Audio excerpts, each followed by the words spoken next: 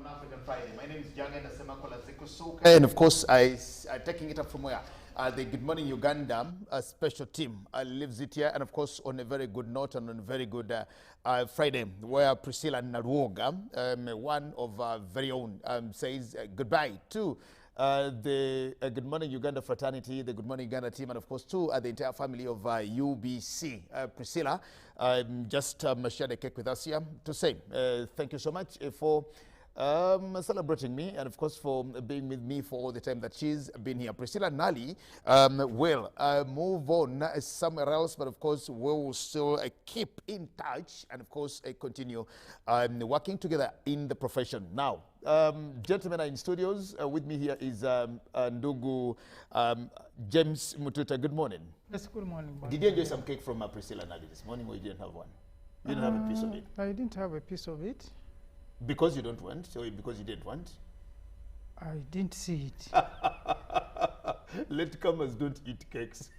Yeah, because I thought that the program was not going to be there. Then I'm like, okay, maybe the party is continuing. That's you went away because you didn't want to have part of the party cake or something? I think the party was too much for me. Anyway, good morning. Yes, morning, bro. Well, happy to have you here this morning. Nduguru Garama, Chairman, Pan-African Movement Uganda. Karibu. Asante. Good morning to you, dear comrades here in the house, and all of you viewers, wherever you may be watching us from. Okay. Ndugu Akol. Yes. Who wamekula cake sio? I just got a piece of it, but I've still kept some. The cake you eat a piece. Yeah. just a piece of a piece. A piece of a piece. Piece of a piece, Yes. But anyway, that's why. What's the latest from Kayunga? We had elections yesterday, not only in Kayunga, of course, people actually just highlighting one of the Kayunga elections, but there were elections, local council elections elsewhere in the country. And I think there is also an election today in Mayumba, the one that didn't happen yesterday because of some issues here and there on the ballot papers. The Mayumba by-election is actually on. It started this morning at 7 o'clock.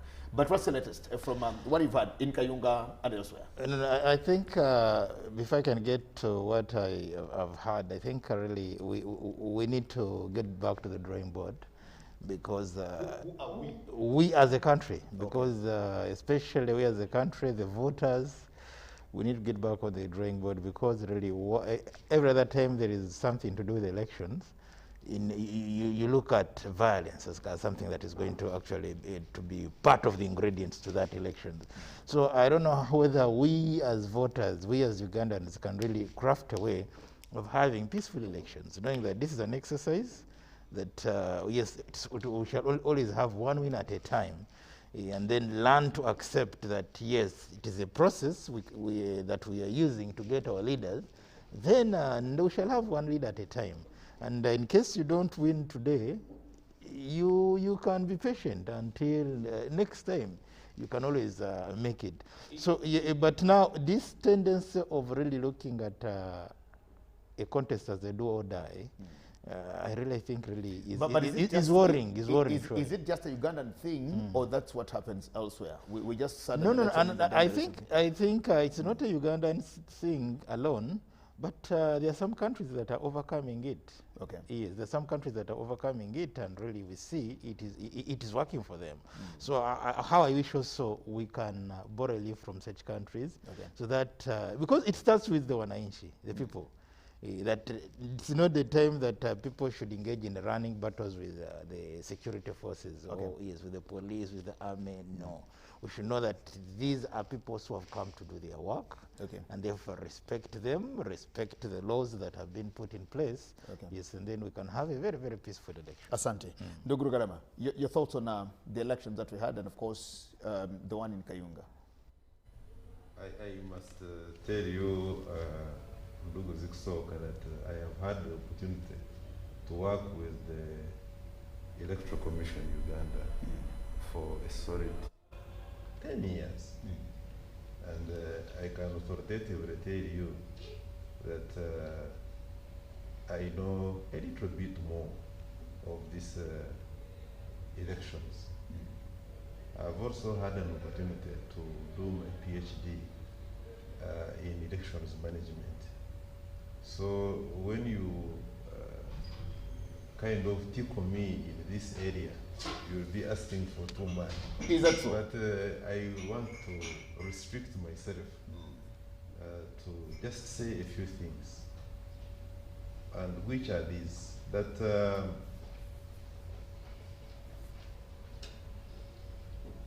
political contestation everywhere, whether in the so-called developed democracies or the emerging democracies like Uganda, are actually a matter of do or die. We have seen situations in America which are very ugly. At times, one would think that actually this is some country in Africa, as they want to always project it.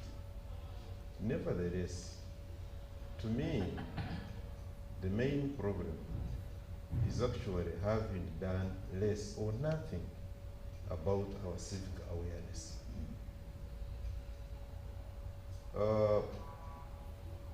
The education which we usually talk about that we have done, voter education, is just a microcosm. It's a small piece in the bigger picture of civic awareness, and we don't even do it well. You will ask yourself, for instance, because I want to be so fast on this, why we had a huge percentage. There are many candidates who scored less than the percentage of the spoiled votes. Now, spoiled votes. Actually, I think spoiled votes normally come as number 3 in our elections. Now, In the national elections, yes. The spoiled votes are number 3 normally. can you imagine that? Therefore, we need to do a lot. And this, of course, goes to, we don't have to blame the Electoral Commission, because the Electoral Commission is only mandated to do vote education. Civic education is the mandate of, I think, Uganda Human Rights Commission. Now, I do not think that Uganda Human Rights Commission is both financially and otherwise empowered to do an effective civic awareness. And Yes, I think Uganda has also got another, something called NICE, the National Initiative, I think, of Civic Education of Dr. Binibona. That one I think should be a private arrangement. It can't be government. Government, I think, is the Uganda Human Rights Commission, which is constitutionally mandated to carry out civic education. Voter education is the mandate of the Electoral Commission. But I can assure you that, bearing in mind that an election is not an event, but a process, we must get our act together. We must have the political will to carry out effective civic education in order not to see some of the things that we have seen, for instance, in Kayunga, and others that we have continuously seen in other parts of the country when it is time for election. Okay, hold it there. Thank you very much. And Lugu Mututa, your thoughts on Kayunga, because I don't want us to dwell there forever. I want us to move into issues of our conversation today. I like the drama.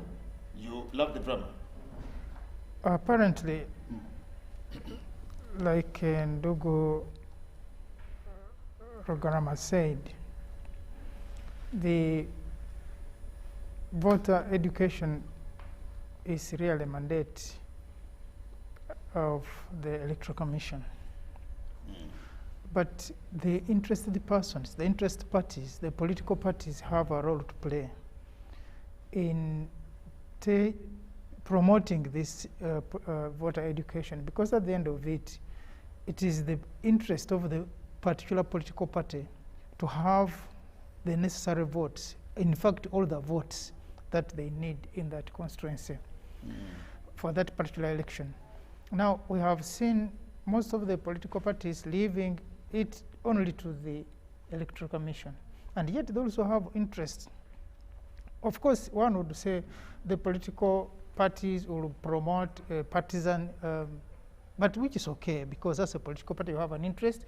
You have to make sure that your people are informed, that your people go and vote, and your people know how to vote, so that even the spoiled votes are less.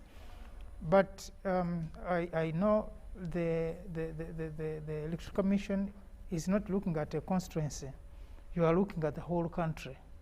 And the packaging of this training material is not geared towards only, because the other thinking would be that now when we have an election in one particular area, then the Electoral Commission will first go there to sensitize people on how they are going to be voting before the voting is done. Now that is not going to be possible given the time limits, but also the financing. But Ugandans are not waking up today to begin voting for heaven's sake. Of course, there are new voters who are coming on the roll, but people have been voting day in, day out, LCs, the MPs, the president. But we have seen this play out in every other election. And I don't think that we need to have this voter education in schools. We are either having an electorate which is not interested in what they are doing, or we are having political systems that are interested in leaving the situation as is for purposes of benefiting, because when there are gray areas, someone can make use of that. But again, back to Kayunga, I think there's a lot that needs to be done for political players in this country. First of all, we need to learn how to respect each other. You are contesting, but we are not necessarily enemies, because at one point or the other we shall have to work together on something. We are in the same district, we are in the same family, we're in the same political systems, and we have seen people cross from one party to the other. So I think there is no need for animosity, because at the end of it we shall only have one winner, and then unfortunately that winner will be a leader for all of us. Okay. So I think it is for me, other than having political education and voter education, I think the most important thing is to have that education that creates harmony within society for purposes of respect, for purposes of knowing that we all can't be leaders at one particular point in time, but there must be a leader at every given point, and we need to respect that. Okay, thank you so much, gentlemen. Now, that's from all of you, talking about the recent elections that we just had getting done yesterday in most parts of the country.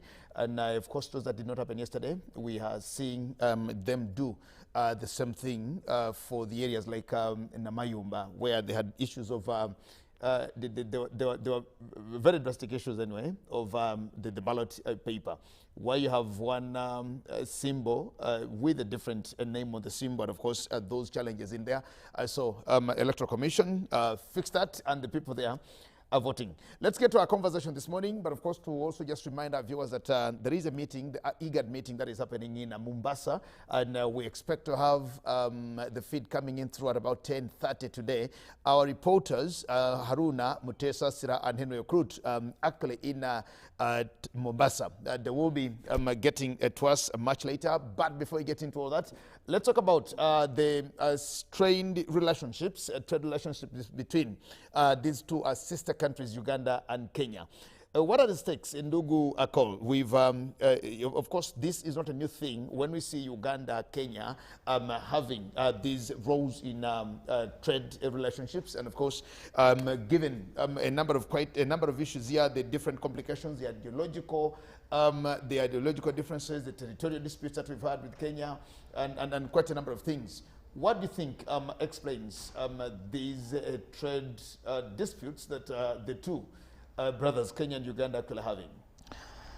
Well, maybe we could call them friendly fires, or perhaps we could also call it bad blood between the two brothers, which is actually uncalled for. Yeah, but still, we should also not limit ourselves to only Uganda and Kenya. Let us look at also the bigger players, because this is not the first time that some international forces are using one of the countries to undermine an arrangement that is actually being worked upon, so that the African countries and more so these regional blocs can work together in terms of collective bargaining, collective marketing, and also creating a market for themselves. You know, the pillars of the revived East African community are four, and we can say to a large extent we have succeeded with the first two. That is customs union and common market. At least we can say to some extent we have succeeded with the two. Though the last two, that is the monetary union and the political federation, we are yet to get a breakthrough. But at least the two. But again, still, our successes at times are always undermined by our engagements with other forces. For example, we all know that it was agreed at some point that really you don't need a passport to move within East Africa. You just need your national ID. But we've heard of cases where actually people are stopped from entering Tanzania because you do not have a passport, yet you have your national ID. We heard of issues of a one-stop point for the visas, that is Kenya, Uganda, and Rwanda. Now, if we had one-stop point for a visa, but now just recently we saw that even Uganda, Rwandan borders were closed. Now, if the Wananchi cannot cross, people in Katuna cannot cross as brothers and sisters, then what of a tourist who's coming all those miles? So we think that all this we can only be put to a stop if leaders can be committed. What is important is the commitment to know that they can put their ego aside, they can have their own selfish interests aside, and then look at how best they can serve the people of East Africa. Because ideally, when you stop Uganda's maize to be sold in Kenya, you are hurting a seller in Uganda, the farmer here in Uganda. But equally, you are hurting the consumer in Kenya, because what happened is that the Kenyans there will end up buying maize expensively when actually they would have bought it they would cheaply from Uganda. But also, this also should be an eye-opener to landlocked countries like Uganda, because Ethiopia is lacking food. Eritrea, Somalia, they are lacking food. So if Kenya says they are not willing to buy your food, through the IGAD arrangement, now you can go out of the East African community, through the IGAD arrangement, develop a route that passes through South Sudan to Ethiopia and then to Eritrea and Somalia. Just like we developed the pipeline from shifting from using Kenya and now using Tanzania to Tanga. Just like, remember, the 2007-2008 post-election violence in Kenya taught us the hard way that we must not over-rely on the Mombasa port. You get it? So I think also landlocked countries like Uganda must always have a plan B. Yes, because surely if Kenya says they cannot have your maize, you don't need to worry about it, because your maize is wanted in Somalia. Your maize is wanted in Ethiopia. Your maize is even wanted in South Sudan. So these are some of the things. Now, I think also an eye for an eye makes everyone blind. Because again, also if we say yes, because Kenya is doing this also, we should also do that. Because it reminds me of the first days of Magufuli. Because the Magufuli and the Kenyatta were so hostile to each other that when the cows, you know, the Maasai land stretches from outside Nairobi up to Arusha. Now, when even the cows of the Maasai from Kenya went to graze in Tanzania, the cows were confiscated and auctioned. Okay, so they were auctioned. So you can see how bad it was, and I don't think I wouldn't love that it should get to that. Lastly, how did the first community collapse? That is in the 70s. It was when Mzee Jomo Kenyatta decided I don't know whether I don't know which word I can use, but you had the East African Airlines. Yes, and the planes that were in Kenya, he said, okay, this is my share of the East African community. They are no longer East African Airlines, it's now Kenya Airlines. And that is how he destroyed the entire community. So Kenya has always played such a kind of games, but I think we shouldn't really fall for them. We can actually move over and above that and look for markets elsewhere. Ndugu Mtuta, we can appreciate that there are these disputes and issues across on the continent with Rwanda, with Tanzania, with all these, but focusing majorly on Kenya. You notice that sometime I think in 2019 they put a ban on our milk, and they said we don't need your milk anymore. Come 2020, we are battling with the COVID pandemic. We are closing this, we're closing that, we're closing schools, we're doing all these things.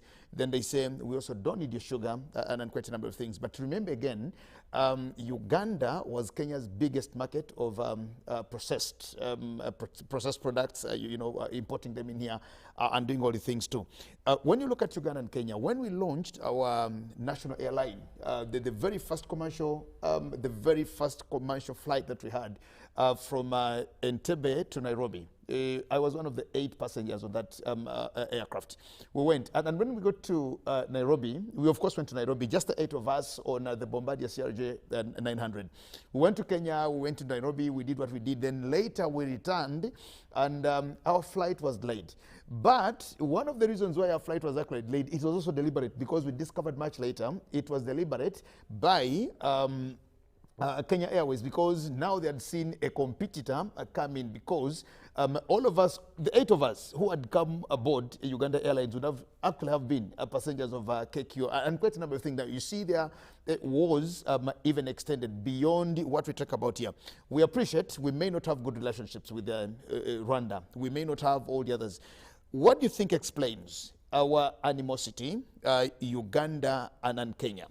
Here is where we are. We have so many trade relations and opportunities, and just these are some of the things, of course, that undermine the community itself. But what do you think is between Uganda and Kenya, especially when it gets to trading, that we agree on one thing today, then we are at crossroads the following day? What explains this animosity, and how do you think it can be handled? I think it has moved from our history as neighbors, the brotherly people, because when you look at the border, I think Uganda and Kenya, we share a lot in terms of the populations that were split between the two countries, more than any other country, more than Tanzania, more than Rwanda. But also when you look at the history that we have shared between the two countries, it has been a love and hate relationship. When we had he decided that the areas that were taken away from Uganda must be brought back, and it caused a lot of fear in Nairobi, because known for his radical decisions, had said he would want the areas that were annexed, that were taken away, brought back. But even beyond that, we have had a number of things. When you look at trade in particular, other than Tanzania, because the original 3 countries of East Africa, Uganda, Kenya, and Tanzania, it was Uganda that relied mainly on Kenya for its exports and imports. And you can also know that we are doing a lot in terms of exports, even through Kenya, and imports that were coming in. Now, at the same time, when you look at the level of social interaction and even in areas of education, there's been a lot that has happened between us, the Ugandans and Kenyans. And when talk of trading, I come from a place that is near Kenya. You realize that during our bad times, there was a lot that Uganda ceded, that lost to Kenya during the turbulent times. You remember most of the foreign missions that were operating in Kampala, non-government organizations that were operating in Uganda, shifted to Nairobi. And most of the missions that shifted to Nairobi actually have not come back, are still based in Nairobi because of that. So there was a lot that in that turbulence, Kenya benefited from Uganda.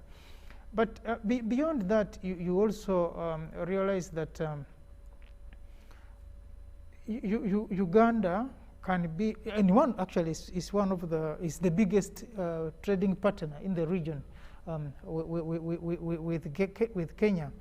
And when you look at the activities, that Uganda is more of the giving end than the receiving, because even the volume of trade, of course, given the populations and whatever, and being far from the coast, no wonder I think the leadership said that we need to have this pipeline moving away from Kenya to Tanzania. But also the latest shifts, you also realize that trying now to have an alternative route going through Tanzania to the coast will also be an alternative to, in the event, not that we are going to have this chorus all the time, in the event that we have misunderstandings with Kenya. But I think what is happening also hinges to myopism, that we are not looking at the bigger picture of what would come out of our partnership if we had an amicable environment, an environment where trading is free and the people are free. Of course, Kenya is advancing technicalities, saying, for example, maize has a lot of aflatoxins. I don't think that is true. In fact, that's why at one point we had wanted the people from UNBS to come and tell us. Unfortunately, we didn't have them today. What level of aflatoxins? In fact, I was looking at a particular study where Kenya maize had more aflatoxins than Uganda. So we had less than 10. Kenya had more than 23%. Exactly. And that was consistently for over a number of years. So I think that argument doesn't scientifically hold, but politically maybe it does.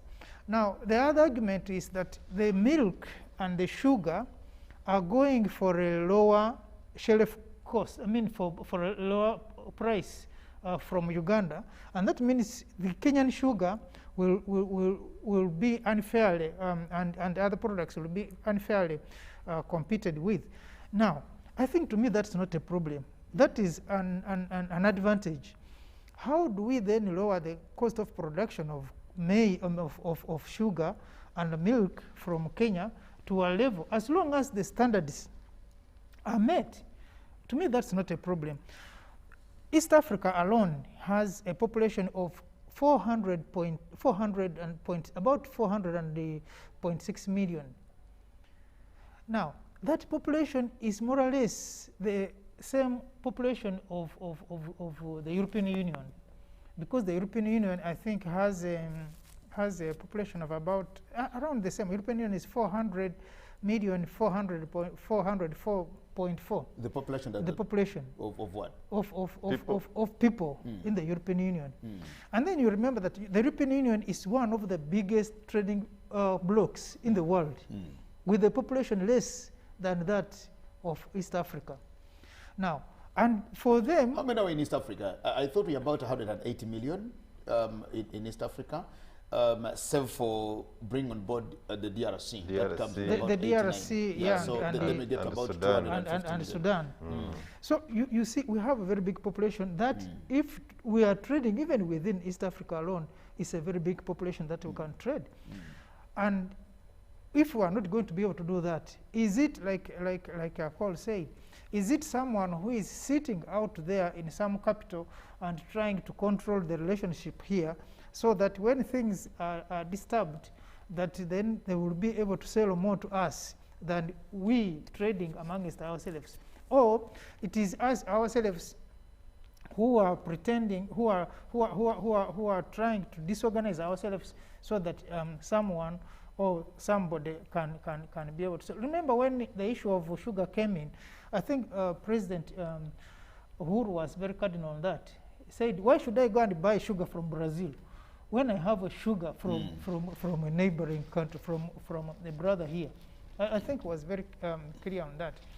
But I think for me at the political level, it is not necessarily the top leadership of these two countries, but it's the technical people who are pushing some of this agenda. And you know, sometimes most of these interests are not necessarily pushed through the top leadership. Once the top leadership is solid, then you can use the technical people to come up with these technicalities. But I think at the end of it, this is not going to last, because the people, there is the market forces. The people of Kenya want to have the maize, want to have the sugar, want to have the milk.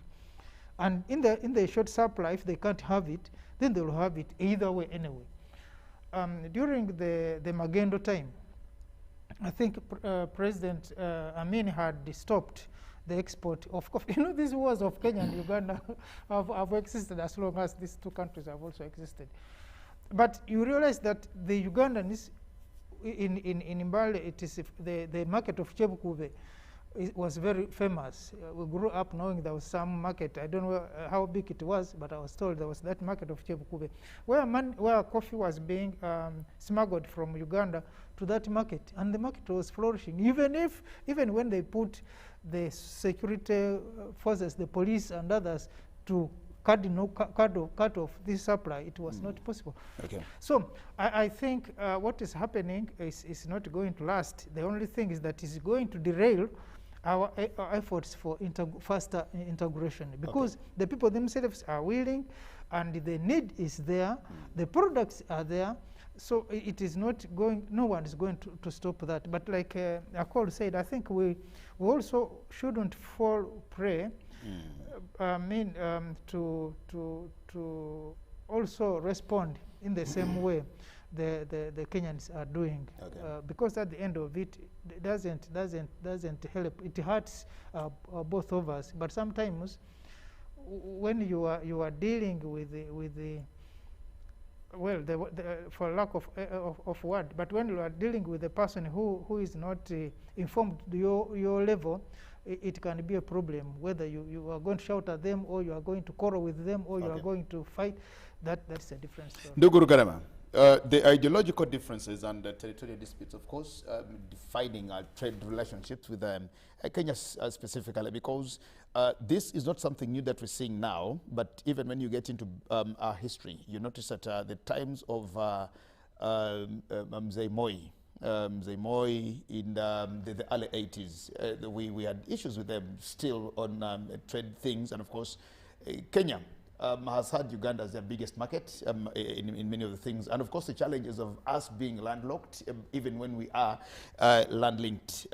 Come to 2007, 2008, the post-election violence that we also had, where we actually had a liter of fuel in this country go up to as much as 15,000 shillings because we couldn't get our trucks to ferry the fuels back to Uganda here.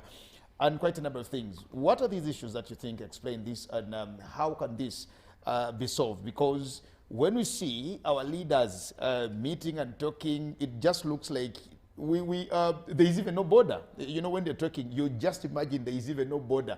We are just children of the same. President Museveni made an analogy when we were fighting COVID last year, I think, and he said, we look at East Africa as a home or house. That one is a bedroom, the other is another bedroom, the other is a sitting room, the other is a kitchen, the other is all these. And we vulgarized it in our own way. But the idea was, if I'm in Uganda, I code purport I'm in the bedroom. And when I cross to Kenya, I'm actually going into maybe the kitchen. When I cross to Tanzania, I'm actually on the shade or so.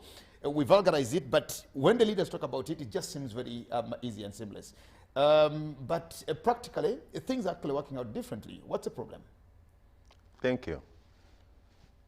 Looking at some of these seemingly petty wars, trade-related, and others which are not necessarily trade-related, reminds me of the famous statement by Osejefo Dr. Kwame Nkrumah. He said, let us now that we have gathered here, use this opportunity to come out as Africa with one army, one currency, and one government. Lest we shall go back, get too comfortable in our small countries being presidents. Now, you can see clearly that his statement has come true in a number of respects. They all didn't see what he saw. Fortunately, those who opposed him, as you remember, there was the Casablanca and then the Monrovia group. The Monrovia group. Those who opposed him were our senior comrade, the late Kambarega Julius Nyerere was.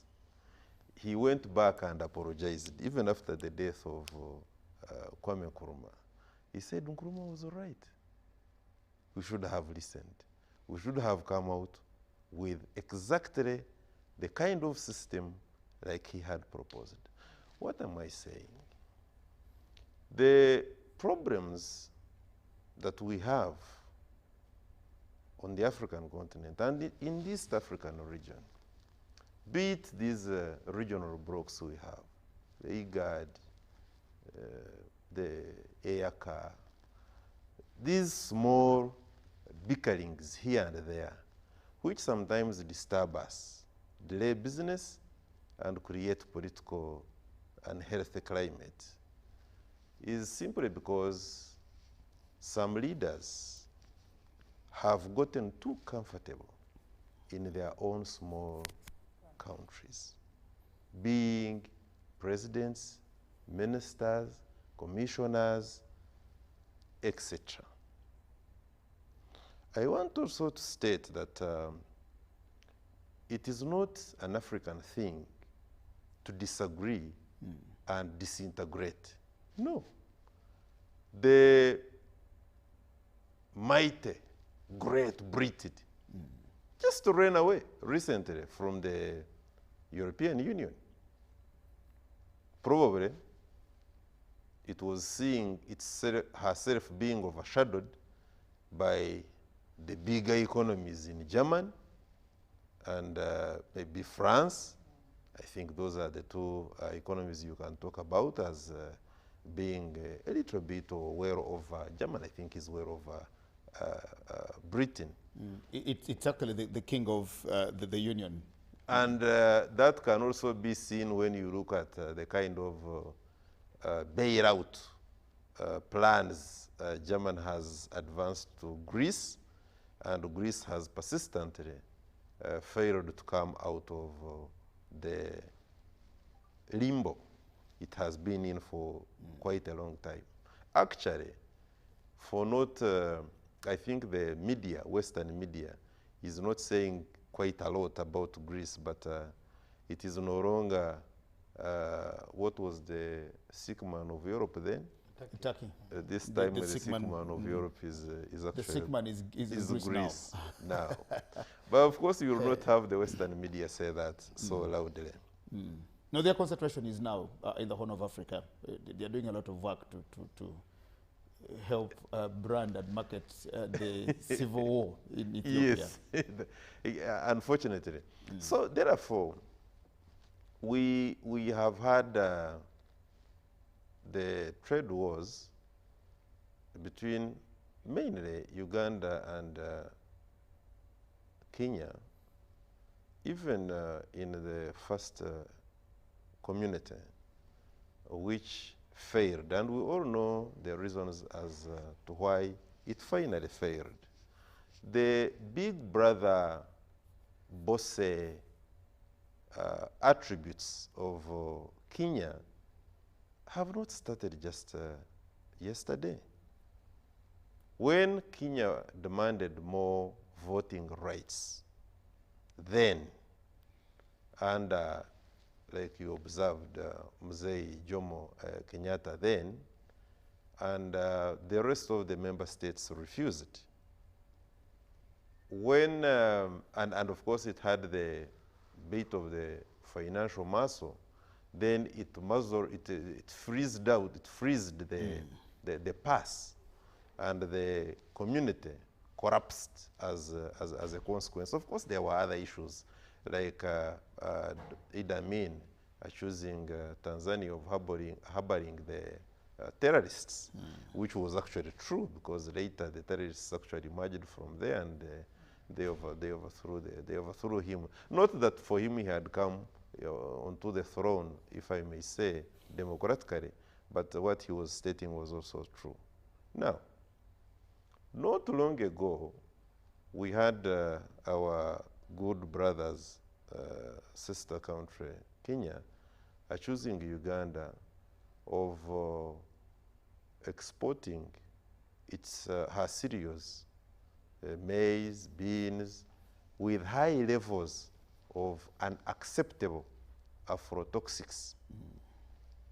If that was actually true, there's nobody in his right mind who would say no. All the same, we are under the treaty, and it allows free movement of human beings and goods. We should take poisonous food to Kenya. No. But it was not true. What was actually true, and Ndugu Mututa was trying to hit it, because we had shared actually when we were still trying to come into the studio, is that the Kenya produce toxic levels have had for so long, I don't know if the situation has improved, been well over 20%, and that is unacceptable. Whereas the Ugandan levels of aflatoxins were well below 10%, which is actually acceptable. So question is, what therefore was the reasons for stopping the Ugandan produce from entering Kenya?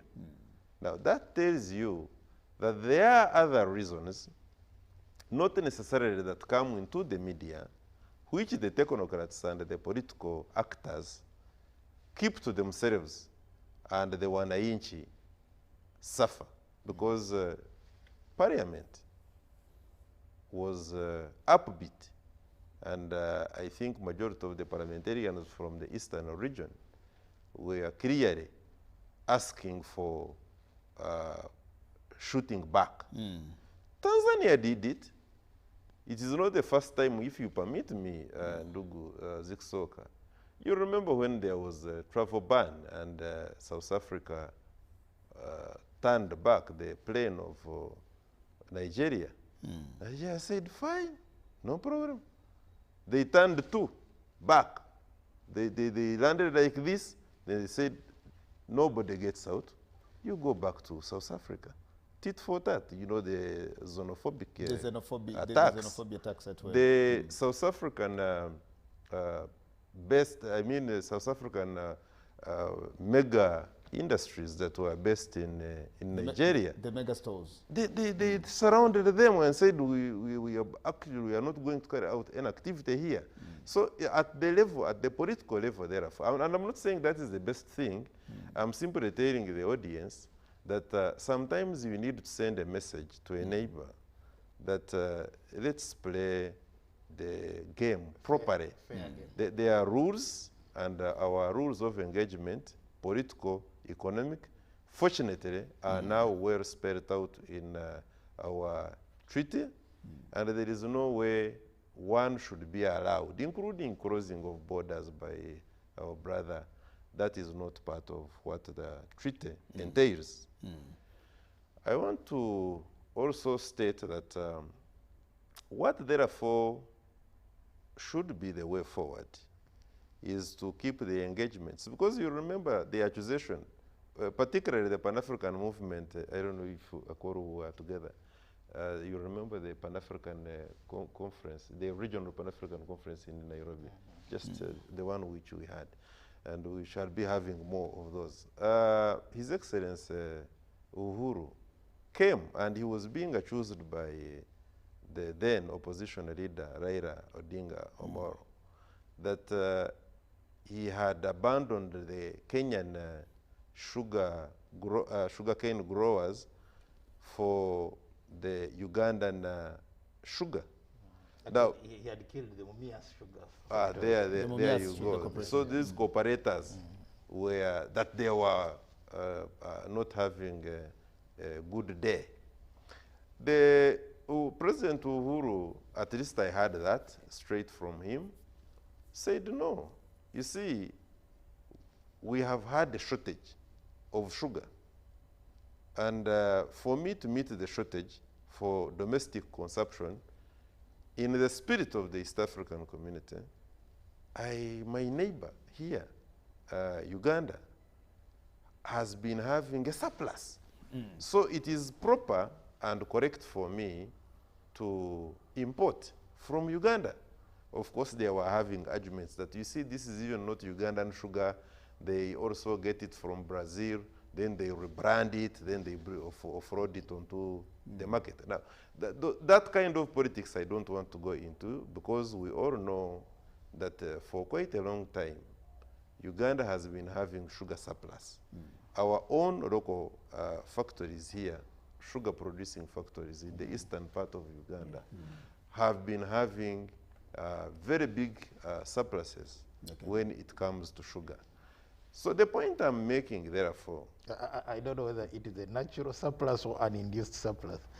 no, I think it is natural. The sugar cane plant, the growing has increased, and there have been also, to the extent that the domestic consumption, not that it has even decreased, by the way, it has also increased, but it has not increased commensurate to the production levels.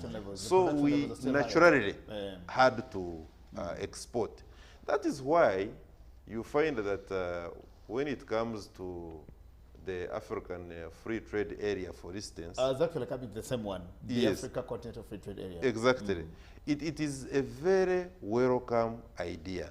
And when you look at its design and how the member states are going to be benefiting from it, if we do not get the usual external influence, then I think it is the right step in the right direction. Okay. But at the same time, we should not sit back and think that the colonial master, the imperialist, will see some of these growth, development, And clap to them. and then they keep quiet. IGAD, and I think maybe we are going there, for instance, which started as the IGAD, they are all almost pronounced the same, but they are different. Started way by way of controlling the desertification, making sure that the food security is harmonized. But later on, of course, we went into social security, we went into the economic development. Now, as it is, the IGAD thing with about 8 member states now. But of course, peace and security, environmental protection, all these are big challenges.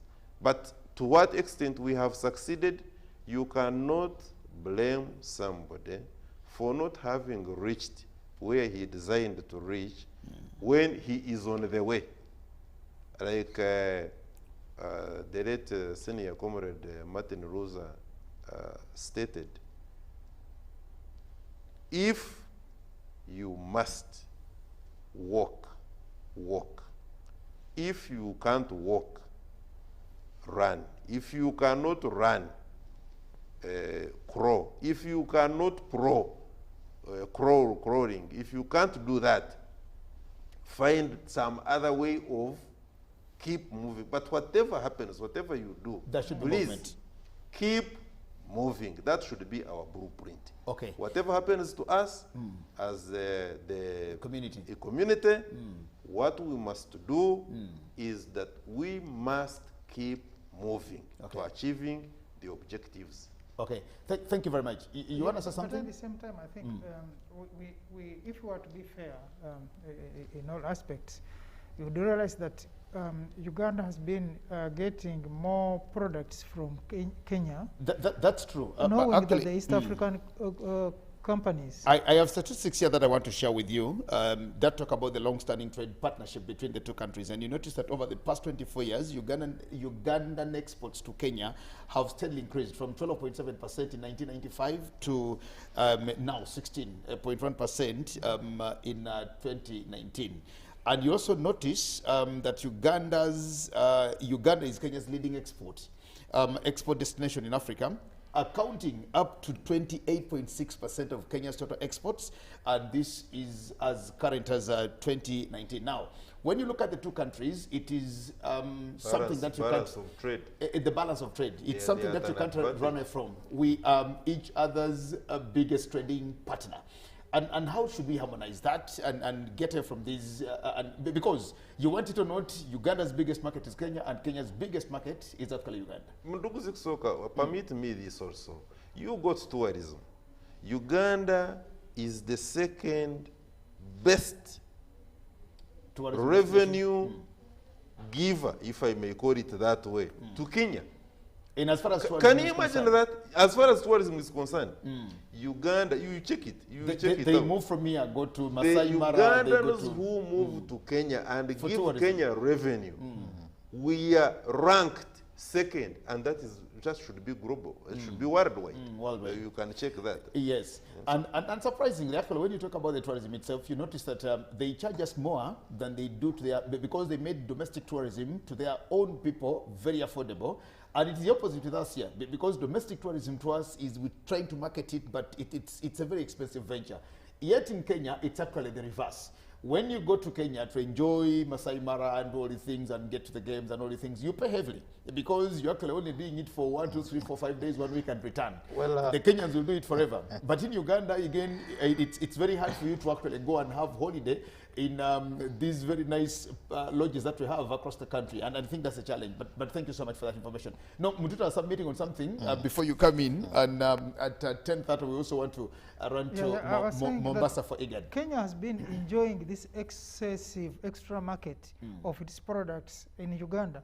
Because remember, at the time when we didn't have enough sugar here, we didn't have, the issues of... We didn't have anything. Yes. Blue Band, bread, Kimbo, Cowboy. Yes. All this, the East African... Yes. Soap, kila kitu. Soap, cooking oils, nini, and these products were cheaper in Kenya than they would cost on the shelf in Uganda.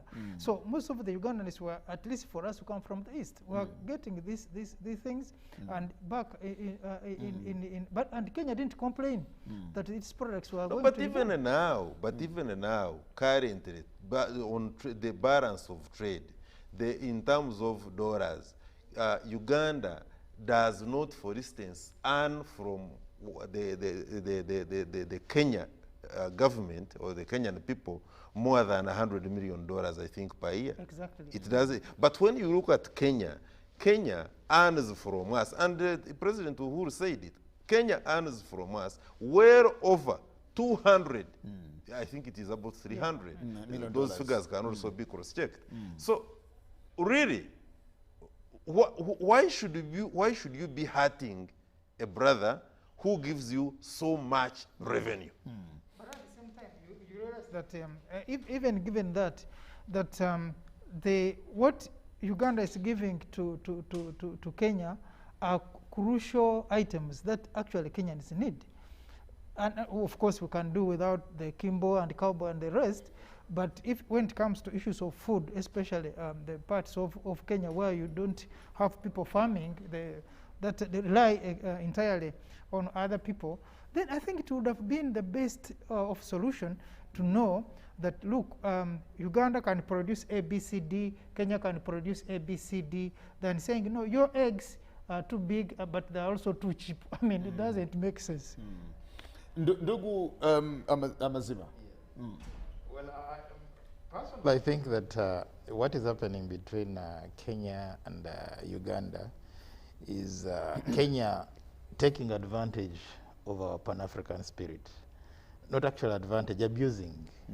Because ideally, world over, or even on the continent, people will tell you that Uganda is the center of African integration. That even where particular laws or particular issues that they have agreed upon don't work, in Uganda they always work. For example, we've seen Kenyans, Tanzanians working in Uganda without work permits. Many. But in Kenya and Tanzania, it's not the case. Yeah, so these are issues that we also have to look at. Still, on the case of trade, definitely, Kenya has never welcomed Uganda's economic growth because ideally they took advantage of turbulent years, the wasted years, and even Kisumu itself was built, developed purposely to provide, to be a center of providing goods and services to Uganda. So with the economic development that Uganda registered in the past years, it's something that didn't go augur out well with the Kenyan authority. But that said, I think Uganda, we need also to develop alternative routes to the coast. Like now, we have TPA, Tanzania Ports Authority, and they are talking of building the standard gauge railway from Dar es Salaam to Mwanza. We should also look for alternative markets, of course, and also alternative routes to our markets. Now, like we have Somalia, we have Eritrea, we have Ethiopia, we have South Sudan. So those are also areas that we can ably engage without necessarily developing an acrimonious relationship with Kenya until such a time. Because ideally, you remember one of the things that has failed the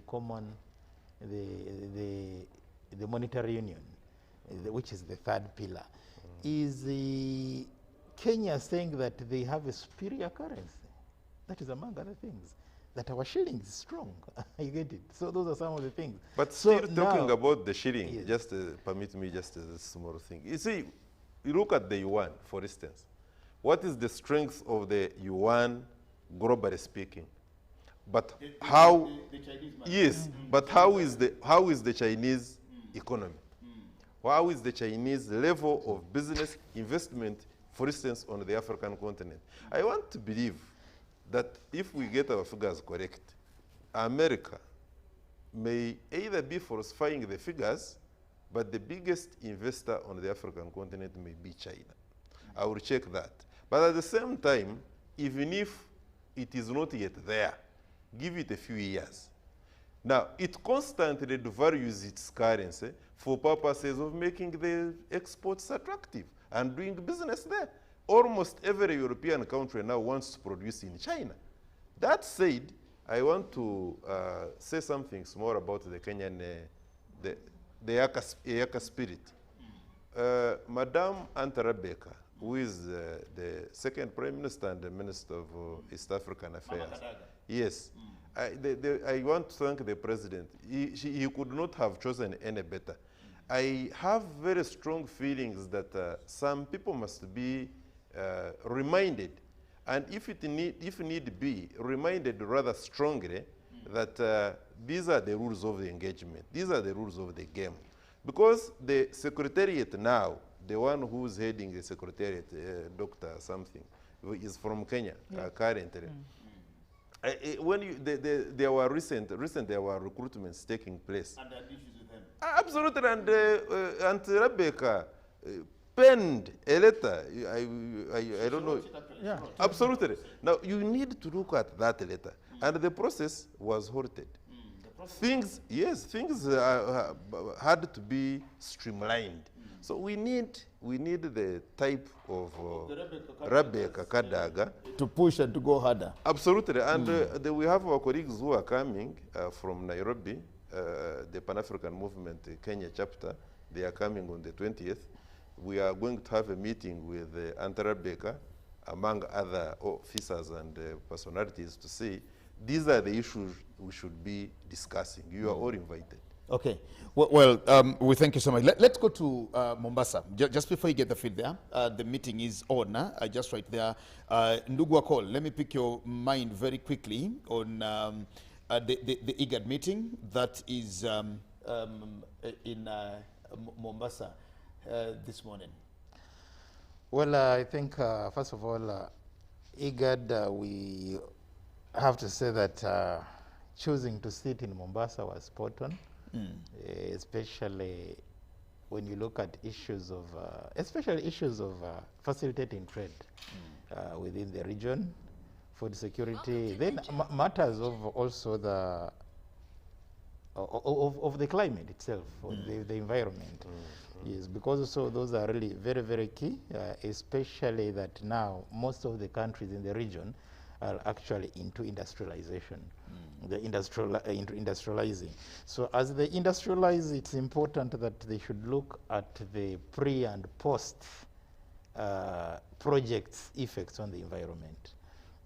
Because this is that's something that is very, very, very important, that there are some areas in Kenya that have actually been affected by industries that you find that the assessment, environmental, the impact on the environment before, during, and after the project was not really properly done. Now, with the issues of the discovery of oil in the region, and also those are some of the issues that really have to be looked at. But again, also issues of security are now very, very key, because especially with these isolated terror attacks that we've had, issues of rebellion of ADF in Eastern Congo. So these are also strained relations between Uganda, Rwanda, now that also Kenya is coming on board. So it is also important, but also key on the issue is how really IGAD comes in to save the situation in Ethiopia. I think that is also very, very key. Okay. Yes, because that is very, very key. There's no way really we can, what is happening in Ethiopia has really been exaggerated by the Western media. Okay. Thank you. Actually, according to the program that has been shared here from that particular place in Tanzania, is they will be launching their IGAD strategy for 2021-2025, and they'll also be launching the construction process of the new IGAD headquarters in Djibouti. Mama Rebecca Muge Otengo, our ambassador in Ethiopia, is also the ambassador in Djibouti, and I think, well, partly some of the issues there that they will be looking at the issues. Uncle, what is coming on next is the state of the region address. So the issues, like you're saying, in Ethiopia are really some of those things that need to be addressed, and we expect to hear much from this meeting in IGAD on the way forward for the Horn of Africa, and to see what really happens. Ndugu Mututa, we are tending to close this down before we get to Mombasa to have this meeting live on air. Yeah, the most important thing that I would want the IGAD to look at is now these conflicts, the insecurity in the region. The Sudan, in Ethiopia, now we have issues in the DRC Congo. Now talking about Congo, I read some report saying that the UN has said they are going to investigate the human rights abuses by the human rights abuses by the joint force of the Congo and the UPDF. And I was laughing to myself. I was laughing to myself. So, and one of the justifications they are pushing is because that UPDF and the joint force didn't warn the rebels before, because it was possible that the people who were forced into the camps of the ADF. And I'm like, I stopped laughing because someone was telling me that today, I think 14 days have been declared for mourning in North Korea, and whoever will be found laughing will be executed. But otherwise, you laugh when people are mourning. Yes. Okay, Nduguru Garama, we can't have much from you about this. The meeting in Mombasa. because the IGAD Executive Secretary, Dr. Waknech Gebeyehu, has started addressing, and I think this is what my producer tells me here. Now, just welcome you to the IGAD meeting that is happening right now in Mombasa, Kenya. We stop our Pan-African Friday here and welcoming you to this meeting in Mombasa. It is a good morning, and let's enjoy the IGAD meeting, and bye for today. Your Excellencies, the distinguished members of the IGAD Committee of Ambassadors, honorable representatives of fellow citizens of the IGAD region drawn from the various cross-border cluster areas, our esteemed partners, both here and outside the region, who have joined us online, my brothers and sisters, members of the IGAD family, fellow citizens of the IGAD region, esteemed partners, both here and outside the region, who have joined us online, my brothers and sisters, members of the IGAD family, fellow citizens of the IGAD region, ladies and gentlemen. It is indeed a privilege and honor to have the opportunity to deliver the second State of the Region address. This annual reflection comes as I commemorate